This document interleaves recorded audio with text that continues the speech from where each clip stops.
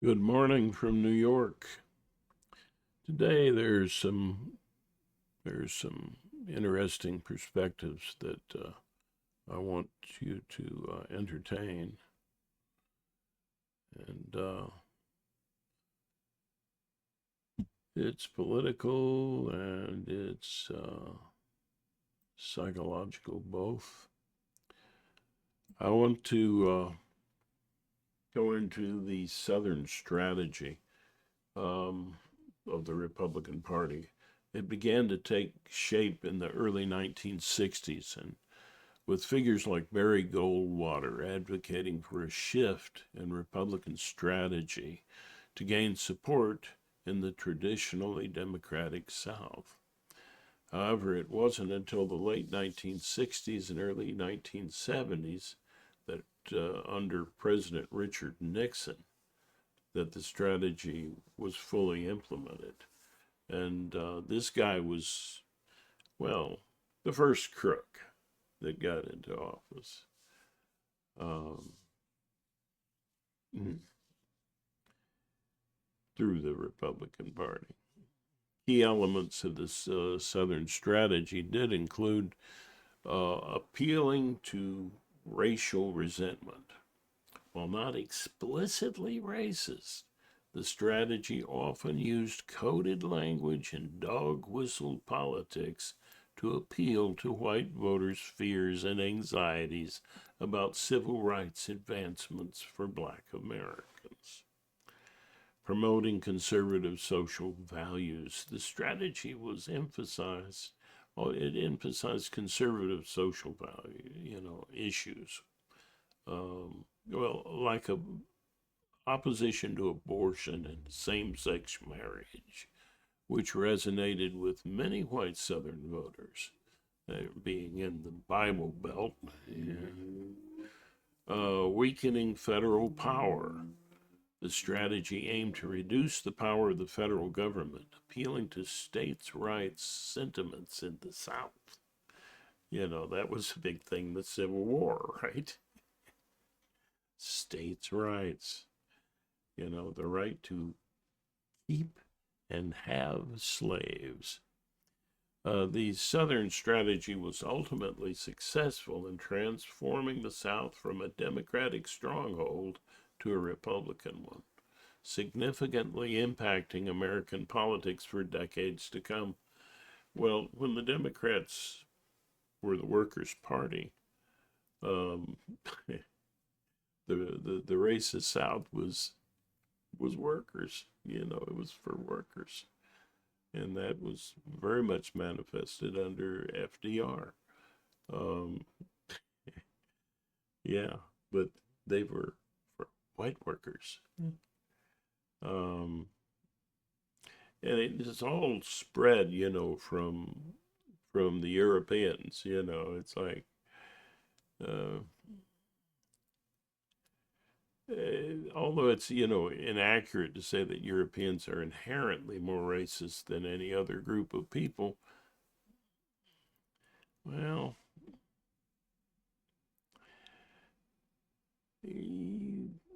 let's delve into that. Um,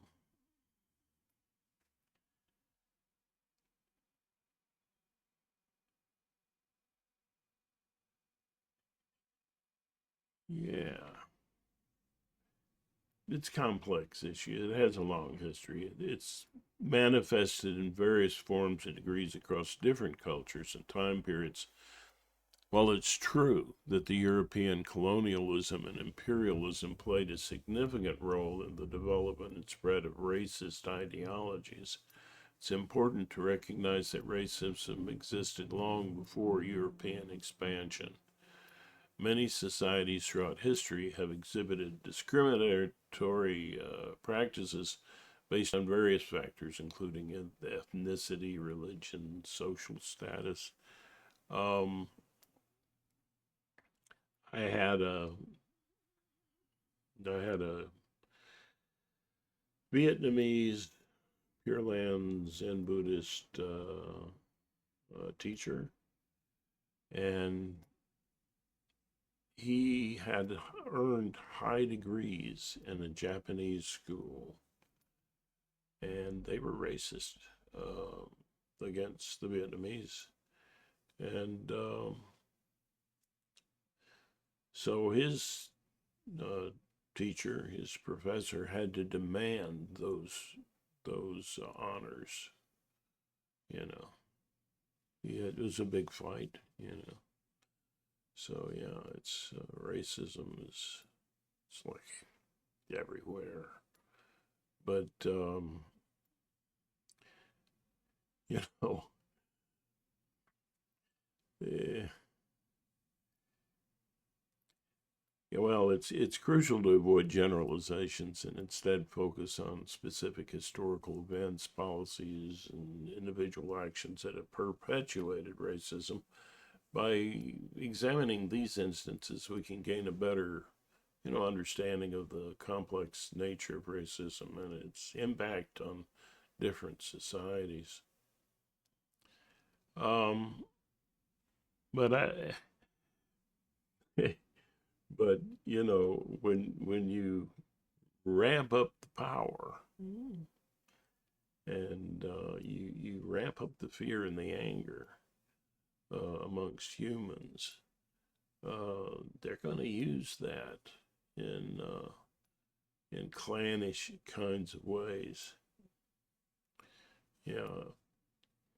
All nations might be great, but mine is the greatest.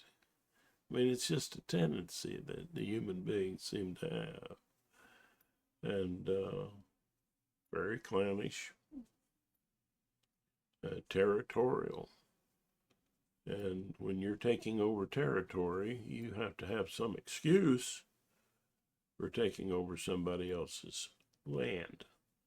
And that's it. Well, you're not doing anything with the land. We're going to do other things with the land, I mean, yeah. So that's their big excuse, and that's highly racist. And that kind of was a big thing in Europe because they had power, okay? But other places where there's power, it's and a lot of stress, bringing on fear and anger, these kind of defensive sorts of emotions, yeah, you're going to see a lot of racism. And it can be ingrained in people who feel they're persecuted, so they're having a hard time. Can be very ingrained there, but not to say it doesn't affect the wealthy. It does. But if you have a group of people who don't benefit as much from a capitalist system or a communist system or any system, they're going to be a little more on the defensive edge. And, you're going to see that kind of hatefulness and that kind of racism more apt to occur. And the South was pretty oppressed. It was, everybody, it was survival was hard. And but you see, it's hard on workers in general, and that's growing. And I think that's something that needs to be addressed. It's a big reason that Trump gained power. And, everybody's saying, oh, well, it's, the vote had to be wrong. Well, it might have been. We should check into that. But I think we're always underestimating just how fear and anger and deprivation bring on this kind of crazy racist nonsense and this clannishness and this one thing that President Johnson said about getting people to give to a campaign was that, well, it's pretty hard, you know. But if you tell a fella that he's just a little bit better than the other guy, he'll empty his pockets. So you can see how that, if you're beaten down and the system's not working well for you, and other people are doing well and you're not, and yeah, you got to blame somebody, and that's where racism comes into. Is it's well, it's not just racism, but prejudice against the poor or anybody getting any kind of help or anything like that. So it's when you're oppressed, you don't. That we're humans. We're cowards. We don't go. Going after the big oppressor. It's scary. So all they have to do from the top is tell you that well, your problems are coming from that group over here that you don't know anything about. It's from them, and it's from these poor people that are on welfare, and so then oh yeah, the coward's got to go somewhere with his anger. Yeah, eat him up. So, you can feel sane with your anger. You can, it's a reasonable thing. If these people are causing it, and I'm going to fight them. I'm going to make sure that I get rid of welfare, and I'm going to get rid of these people that look differently than me. It's like, what are they doing here anyway? That sort of thing, that kind of thinking. And it's that's what you're seeing with Trump and all of that nonsense that's going on. That's what you're seeing.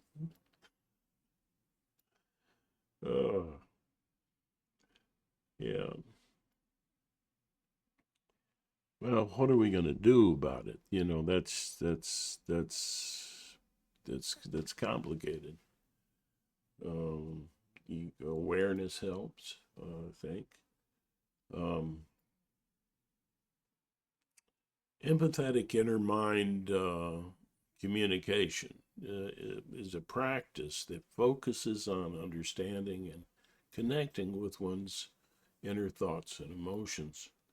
While it can be a valuable tool for personal growth and self-awareness, it's unlikely to be a standalone solution for addressing the complex issue of racism. Well, it ain't perfect. And here's the argument, that it isn't going to help. Systemic nature of racism. Racism is deeply rooted in systemic structures and societal biases. Addressing it requires systemic changes, including policy reforms, educational initiatives, and challenging social norms. Individual and collective action. Well, EIMC can help individuals become more empathetic and understanding. It's crucial to recognize that individual change alone is not enough. Collective action and social movements are essential to drive lasting change. Limited scope. Empathetic inner mind communication primarily focuses on individual experiences and perspectives. It may not directly address the historical and ongoing power imbalances and injustices that contribute to racism, things that I've just talked about. However, EIMC can potentially contribute to combating racism in the following ways. Self-awareness. By developing self-awareness, individuals can recognize and challenge their own biases and prejudices. Empathy development. EIMC can help individuals develop empathy for others, including those from different racial and cultural backgrounds. Communication skills. Improved communication skills can facilitate more understanding and, I think, respectful conversations about race and other sensitive topics. In conclusion, well, empathetic inner-mind communication can be a valuable tool for personal growth. It should be used in conjunction with other strategies to address the multifaceted issue of racism. When creative, objective, and compassionate empathy are applied within the imagination, it can work to bring human beings together without prejudices. I think that's my stand. I think that it does. And I've long said that society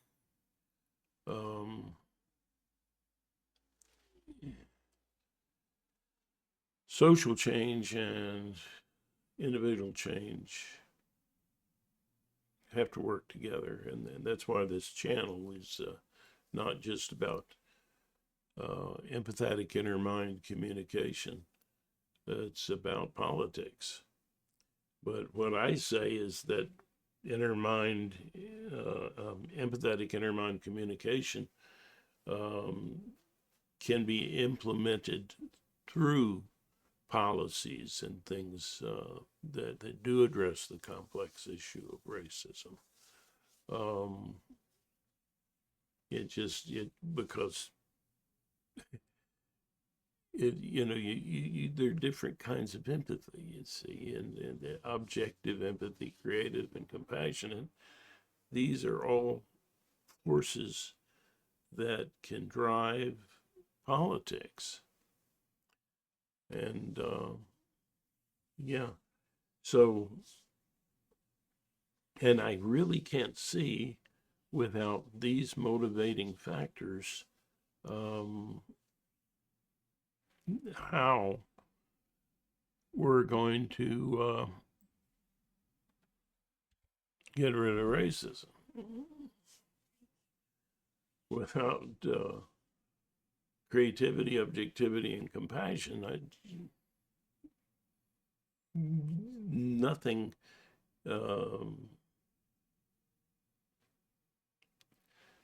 Nothing in the complex picture of racism is going to change. So the motivational part, it's not enough to just be motivated. You got to do something about it, and you got to understand. You got to have the force of objectivity, creativity, and compassion working on these complex issues. So I would say, even though there are arguments that it's too simplistic, I think it depends on how you apply it. I mean, if you're just applying it inside yourself, that's not going to change society that much. But if you're applying it in your politics and in how you vote and the things that you stand up for, well, I think that's going to make it, very powerful.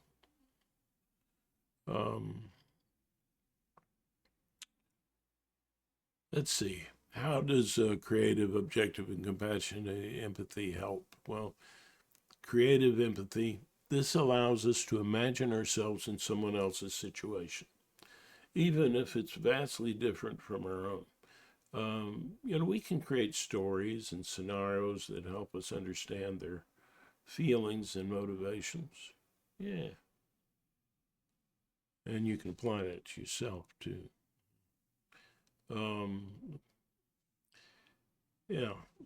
Objective empathy. Well, how does that help? it helps you see things from another person's point of view without judgment. Um, we can try to understand their perspective, even if we disagree with it. Compassionate empathy. Well, this enables us to feel genuine concern for others and to respond with kindness and understanding. We can offer support and encouragement even if we don't fully agree with their choices. Right? So, when we combine these elements, we can develop a more nuanced and empathetic understanding of others. This can help us to build stronger relationships, resolve conflicts peacefully, and create a more inclusive and harmonious society. Okay? Social change and individual change in terms of increasing empathy are each catalytic, one of the other. Social change and individual change in terms of increasing empathy are mutually reinforcing. Here's how we might consider that interaction.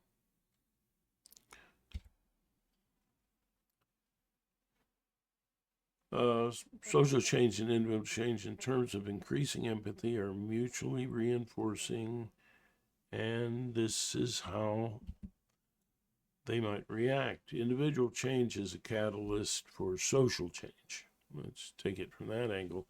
Increased understanding and compassion. When individuals cultivate empathy, they become more understanding and compassionate toward others, leading to more positive interactions and less prejudice. Advocacy and action. Empathetic individuals are more likely to advocate for social change and take action to address issues like inequality and injustice. Role models. Empathetic individuals can serve as role models for others, inspiring them to develop their own empathy and contribute to positive social change. And now let's look at social change as catalytic for individual change. I'm wearing my voice out doing this. I need help on this channel. Let me know. Exposure to diverse perspectives, okay? Exposure to diverse cultures, experiences, and perspectives through social change movements can broaden individuals' understanding and empathy. We tried to do that by mixing up the schools, and people had a fit. Really? Well, I think we should have stayed with that. I think we should not have backed away.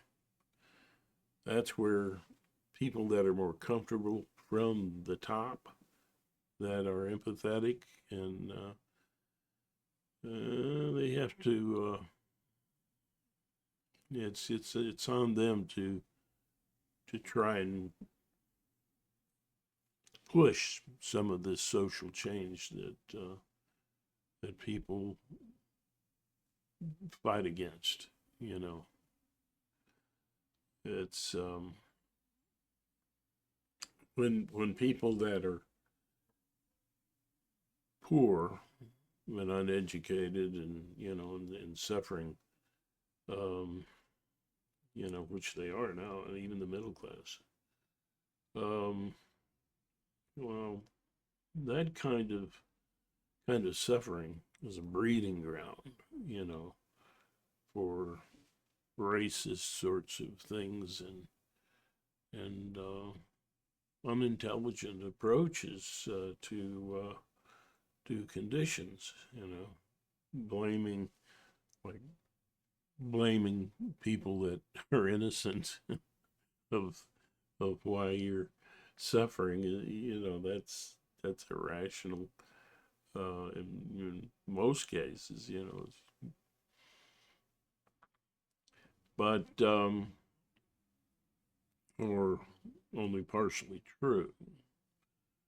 It might mention that, you know, hatefulness against people who are wealthy, I mean, that's another thing that can happen. And, well, how wealthy is wealthy? Yeah. So, that's more about what you do with the wealth, I think. Um, but at the same time, there probably should be a limit on just how much wealth people should have. Um, when a few people have so much power that they can control the government, what's the difference between that and some communist regime? Power. And it might seem a little more peaceful because they're hiding, in behind the government and getting you to blame the government, and then they tear down the government so the government can't help you. Yeah. So, yeah, you got to look out for that. But let's stay on point here. Exposure to diverse perspectives, we've talked about that. Let's see. In community building. Social change movements, like I say, they foster a sense of community and shared purpose. And that can strengthen empathy and social bonds. When there's a big disaster, you see people gathering together and helping one another. It's touching, And, so social change movements can be reaching out and trying to help in stressed areas. Education and awareness that's very important. Social change initiatives can raise awareness about social issues and promote education on empathy and compassion. I pushed for the longest time when I was a precinct chair in the Democratic Party and otherwise. I pushed for emotional intelligence classes in our schools. And of course, that's woke thinking. When are we gonna, I mean, the people who spew all this nonsense about being woke, they don't have any problem using the word stupid in reference to people who are more awake.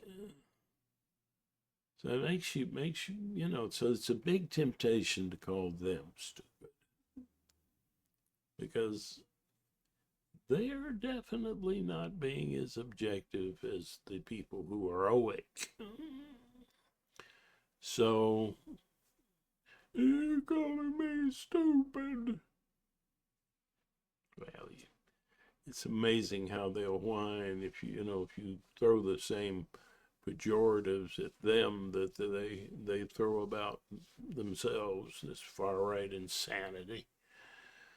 Yeah, amazing, isn't it? But then again, it is true that if you go too far to the left, that you hating on people who gather any wealth, that isn't going to fix the society. What you do with the wealth, and, that is bound to be some inequities in any society. So, it's what you do with it. And the openness about what you're doing with it. Secret money in campaigns, that should not happen. We should know where that money's coming from. And we should know what the policies those people want. All right? Be a little smart for a moment. Actually, I was some of the smartest people I know. When it comes to politics, they hang up their intelligence on a coat rack and knee jerk vote for the one that they'd rather have a coffee with or something.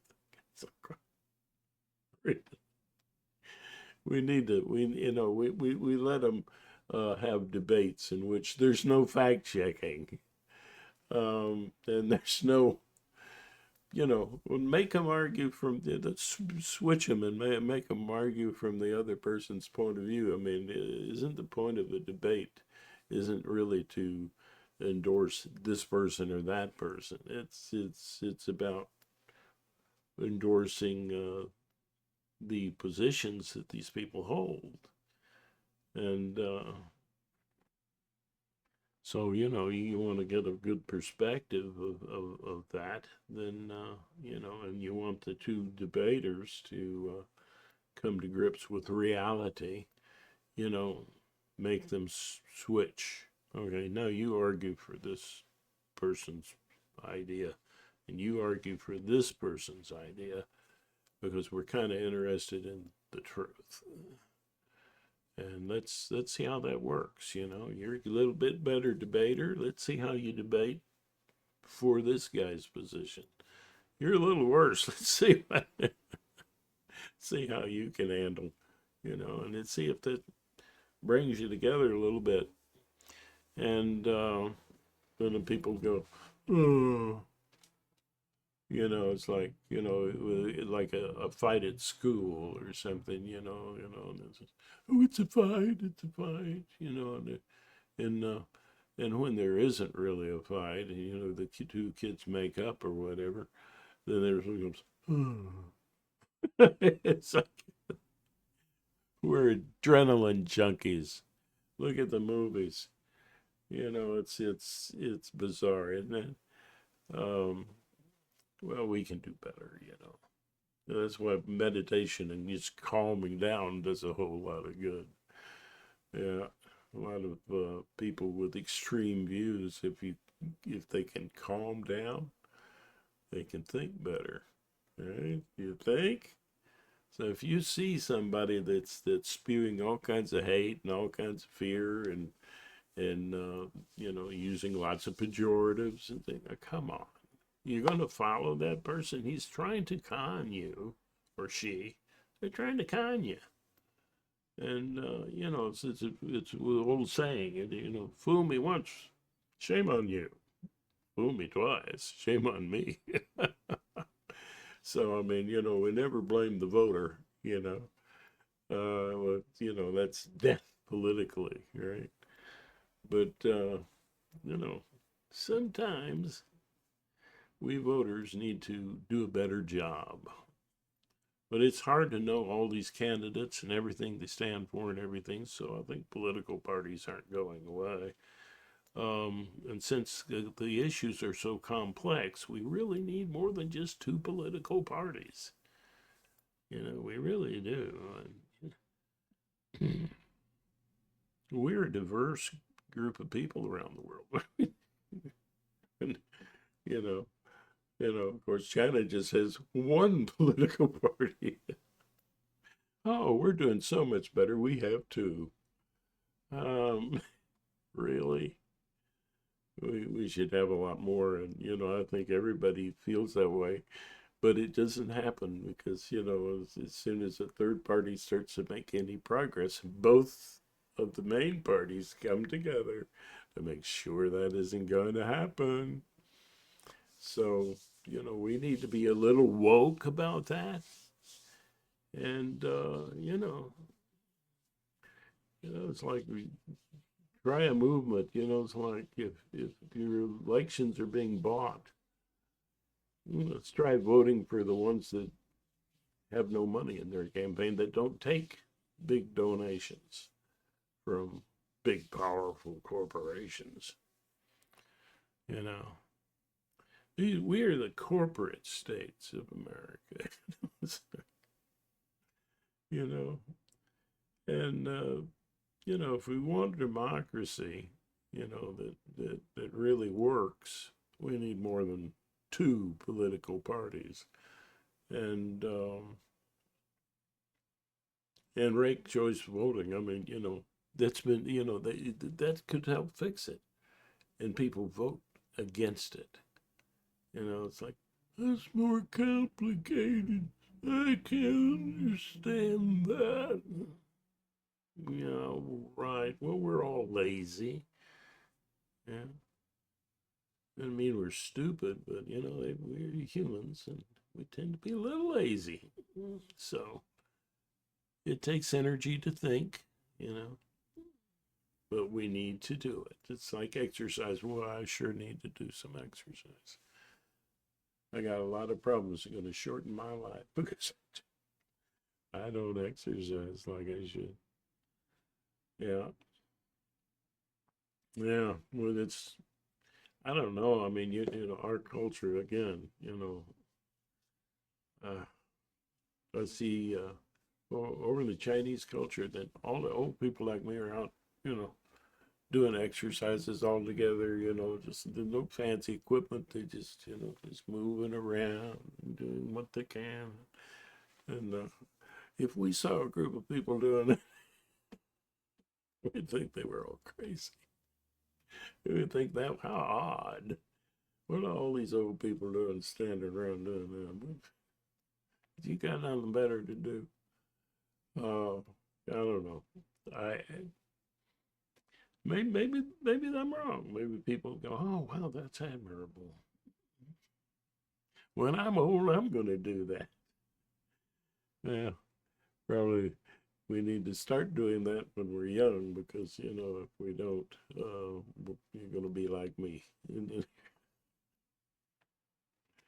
Anyway, um, what did we cover? We cover education and awareness. Um, and, well, let's say, in essence, individual and social change are interconnected. That's why this channel is both political and about communication, which is both inside and outside. Um, it all needs to come together. And so don't be afraid of politics. You got to do politics. There's politics at work. Yeah. So and it's crazy there too. That. So there's one person that's exceeding, and other people see them as a problem for their moving up in the ranks. They may team up, and this has happened. They would team up against the better performer and make them look bad. It's like my mother was really good at her sewing machine, but she was beating the other uh, person who was good at it, but not as good as my mom. And her husband was working at the factory, and he went around and he slowed my mother's machine down. Little wifey over here is now number one. Oh gosh, you know, you see why there's so many comedians. There's just so much to laugh at, and we're all involved in it. We're not all just appreciators of humor. We are all fuel for the humor. If you can't laugh at yourself, oh my gosh, how reflective are you? Anyway, yeah, social and individual change are connected. When we become more empathetic and we can drive social change and society becomes more empathetic. But we also need to work from the big picture down. um, changing some of the problems, like the fact that the wealthy are going, a very small fraction of the population are going like this in terms of their earning, and workers are, here barely getting by. You want to worry about the price of bread? Worry about what you're getting paid. Worry about a party that is against unions. Worry about people like Elon Musk and Trump who laugh about people on unions going on strike. Oh, Elon says, go ahead and come back. You won't have a job. Go ahead and leave. When you come back, you won't have a job. But, come on. He's a bully. These guys are bullies. And, I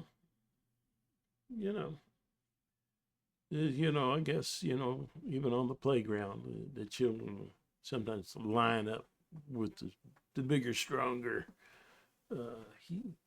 little human that's bullying the rest. Oh boy, you want to hear somebody whine. Let a bully get bullied. Yeah, and a lot of times, this whole thing with bullying, by the way, has a lot to do with their home life with that child. And if it's my child and I want to beat my child, it's all right. So sure. This is my worker and I'm going to treat him the way I want to. And if I want to pay him and not much, then that's my right. Oh, yeah. It all goes together. Anyway, I guess that's been a bit of a rant. But it's also, I think, a thoughtful one. So let us know in the in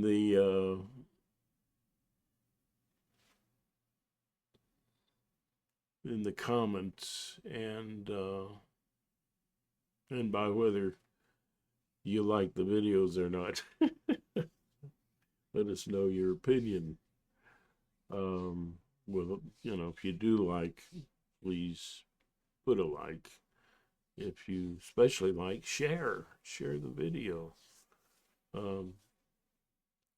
I really am annoyed by some of the channels that will go over and grab a big part of what somebody else presented, and it's the biggest part of their work.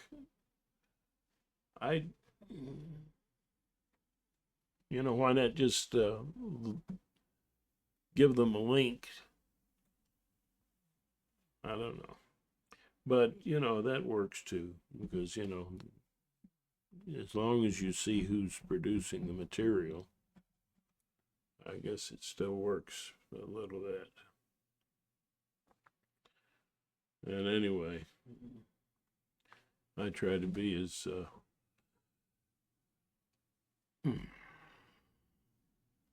unique or genuine as I can be. And I need help. We need more people involved in this channel, more talents, more faces.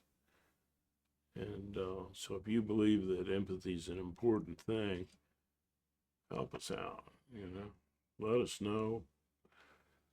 We can get you on Zoom calls, where you can, whenever you like, perhaps,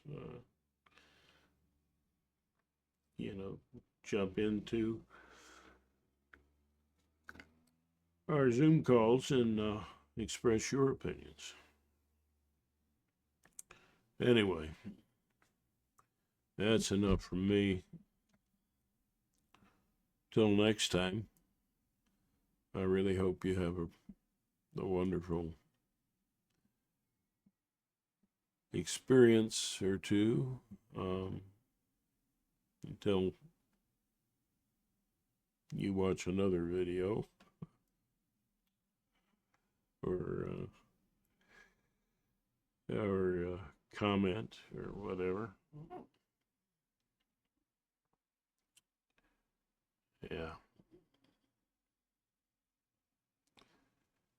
So this time this was not very scripted. Let me know if that was just too off the rails. I really care.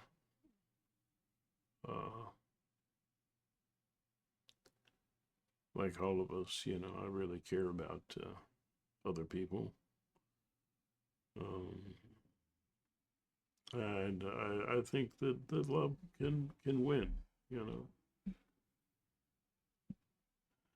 Love can win. It didn't in this last election, but it gave us a felon for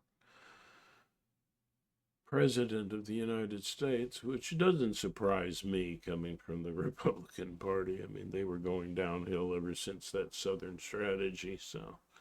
And they were never much uphill because they were, even before that, they were not pro-worker. So you be pro-worker and be pro-worker for all workers. And, if the workers come together, they can make those changes. They can. You can create your own organizations. You can do all kinds of things. I mean, come on. Be the resistance to evil. In any small way. Okay. Have a really great day. I guess it's been a pleasure expressing my opinion. I hope to hear from you in the comments so that I don't get incredibly bored listening to just myself. Anyway, until next time.